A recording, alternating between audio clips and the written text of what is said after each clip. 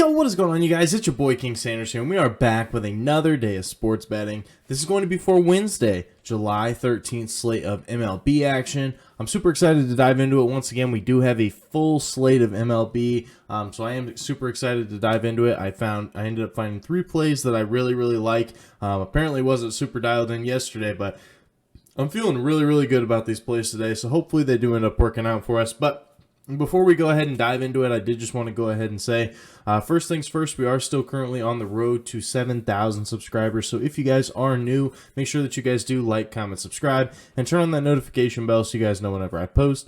Like I said, we are still currently on the road there, so make sure that you guys are subbed. Next, I did just want to go ahead and give a quick shout out here to all of our members here on the channel. Thank you guys so much for everything that you guys do, and thank you guys so much for giving me such a small channel such a big chance, as I always say. It truly does mean so much to me. Next, I did just want to go ahead and address, thank you guys so much for everybody that went and commented on Kenny's video. It truly does mean a lot to me. Like I said, it would be a lifelong dream to be able to just have a conversation with Kenny just in general. Lifelong favorite YouTuber of all time. So would absolutely love to see it. But without any further ado, also thank you guys for all the support yesterday. I ended up having a lot of people that not only followed me on Action, which means a lot to me. A lot of people commented saying that, you know, the editing's back, it looks good, stuff like that. So I do appreciate that as well. Just got a lot of interaction yesterday, so thank you guys so much for that. That's truly what keeps me going. So I do appreciate that, everybody. Thank you guys so much for that. But without any further ado, let's go ahead and dive into it. So we'll do a quick recap as of yesterday. We did end up having the Yankees team total over 4.5, and they ended up scoring 3 runs in the first 3 innings, and I thought we were on pace to get a very solid bet there. Unfortunately, they really slowed down and, didn't even really come close. So it is what it is. They ended up with 3. They actually ended up with 3, and then they also blew the lead because they were up 3-0, blew the lead, and ended up losing the game outright. And I was like, wow, like I was just mind blown. It was an absolutely crazy sequence of events. And Cincinnati just got red hot right at the end of the game. So nothing you can really do about that one there.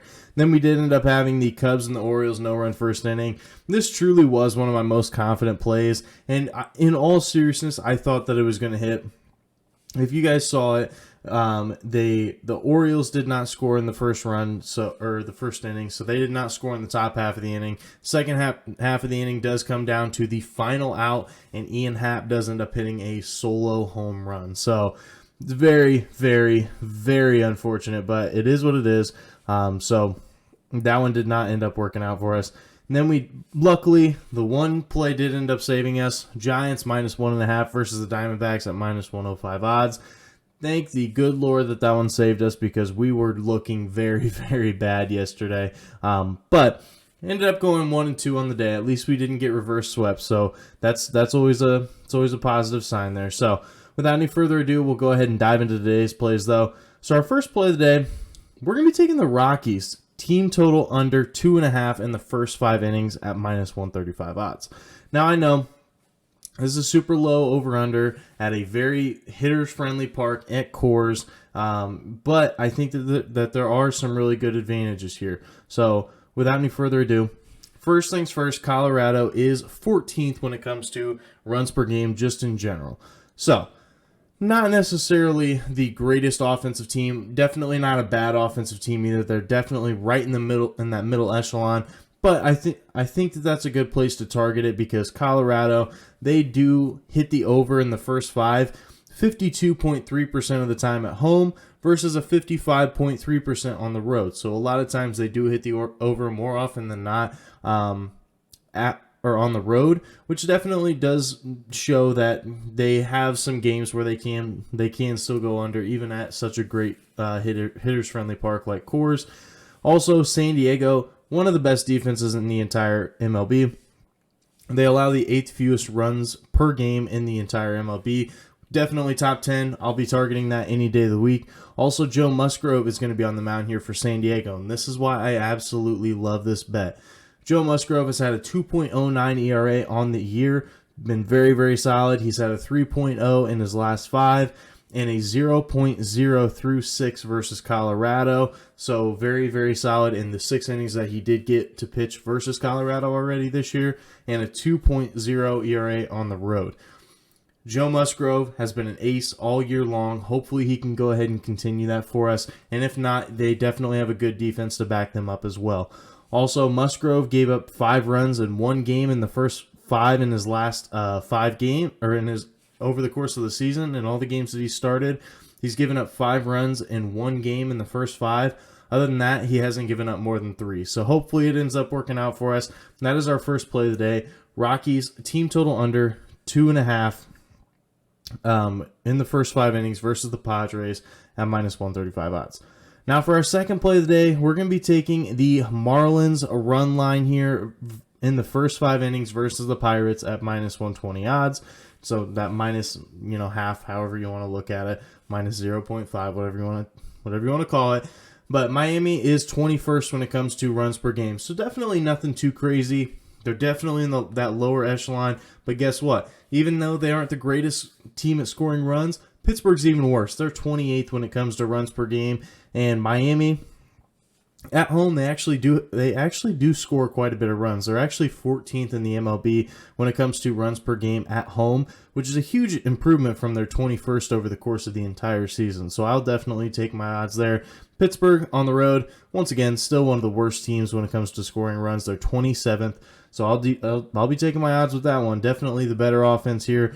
And Miami is also 13th when it comes to runs allowed, and they allow 4.11 runs per game at home versus 4.3 on the road. So they do allow fewer runs at home than they do on the road. Miami is just a very good team to target at home. They've been very, very solid here just in general. Pittsburgh is also 25th when it comes to runs allowed. So not only does Pittsburgh have a very hard time of scoring runs, they also give up an absolute ton of runs. So I definitely love our odds with this play.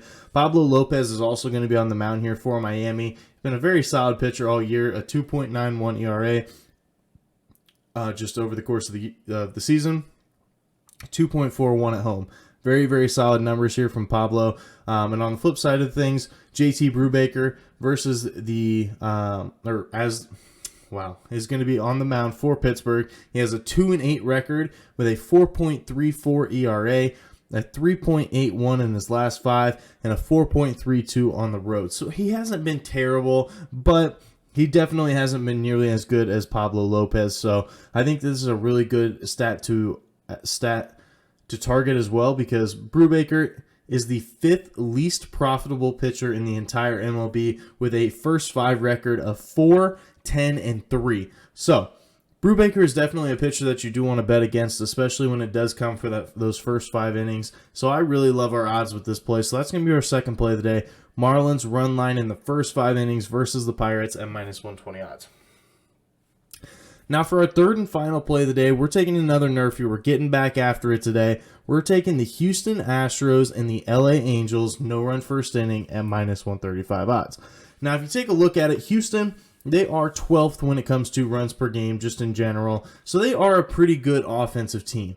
However, on the flip side of things, the Angels, they are 25th when it comes to runs per game. So one offense clearly better than the other, but also Houston is 3rd when it comes to runs allowed. So they're a very, very solid defensive team. Then the Angels, they are 14th. So it's not like they're terrible, but they are right in that middle echelon there. 14th when it comes to runs allowed. But this is where I really like things. So obviously Houston has a fantastic defense. They should be able to get through the first 3 outs for us. But Shohei Ohtani is going to be on the mound here for the Angels. He has a 2.44 ERA just over the course of the season, a 2.13 ERA at home, so he's been even better at home. And he is 5-3 to the NRFI in 8 starts, and he has a 3-2 record to the NRFI at home. So nothing too crazy, but 5-3. I'll definitely be taking my odds with that one. I think that is still solid value there. And on the flip side of things, Christian Javier is going to be on the mound for Houston with a 3.01 ERA, 2.7 ERA in his last 5, and a 0.73 ERA through 12 innings pitched versus the Angels. So he's been really solid as well. And just in case if he's not, then his defense is going to be there to back him up. Definitely a solid defense. So that is our third and final play of the day. Houston Astros, LA Angels, no run first inning at -135 odds. So that is going to do it for today's video. If you guys did enjoy, make sure you guys do like, comment, subscribe, and turn on that notification bell so you guys know whenever I post. Like I said, we are still currently on the road to 7,000 subscribers. So if you guys are new, make sure that you guys are subbed. But that's going to do it for me. This is King Center signing out. Peace.